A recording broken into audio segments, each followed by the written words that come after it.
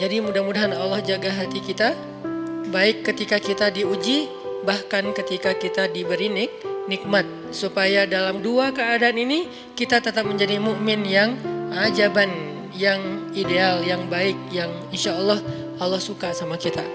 Kalau diuji sabara fakana khairallah, kalau diberi nikmat syakara fakana khairallah. Kalau dia diuji dia bersabar dan itu kebaikan untuk dia. Ternyata diuji ujung-ujungnya baik. Lewat apa ujian menjadi kebaikan? Lewat sabar. Bukankah Allah bilang wabasyiris sabirin? Sampaikan berita gembira kepada orang yang sabar. Ada banyak kebaikan yang Allah sediakan untuk orang yang sabar kalau dia sabar. Dan kalau diberi nikmat syakara. Kalau diberi nikmat dia bersyukur. Fakana khairallah. Kenapa nikmat kok menjadi kebaikan? Maksudnya dengan dia bersyukur Allah tambahkan kebaikan itu. La in syakartum la azidannakum. Jadi orang beriman itu kayaknya hidupnya tuh harusnya sih nggak ada bete-nya.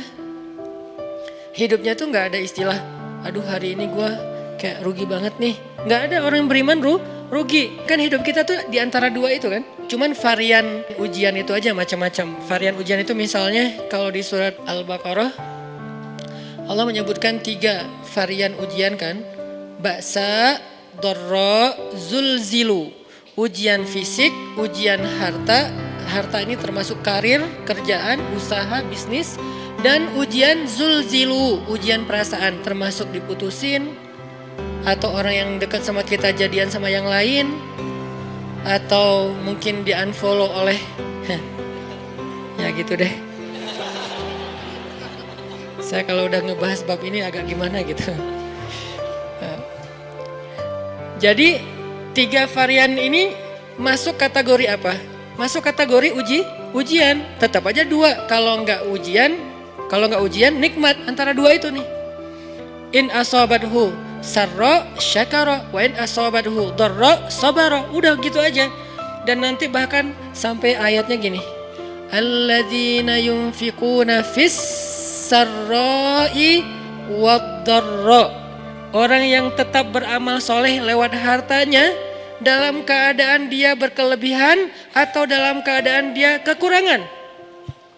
Itu mukmin, keren banget gitu. Dia tuh nggak pernah kehilangan kesempatan berbuat baik.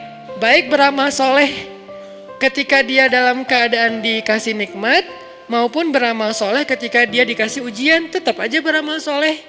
Contoh yang ayat tadi, yunfikuna fis sarra, berinfak dalam keadaan sarra, dalam keadaan bahagia, senang, lagi dapat untung gitu kan. Ataupun yunfikuna fid dharra, tetap berinfak walaupun dia dalam keadaan dharra, dalam keadaan susah.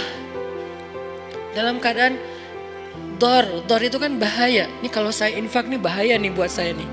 Kalau saya kasih nih saya kayak nggak ada tabungan buat mahar nih. Kalau saya kasih ke dia, terus saya gimana? Gitu kan? Ini dor banget nih, bahaya banget nih. Tapi dia tetap berinfak. Siapa yang mencontohkan hal seperti itu?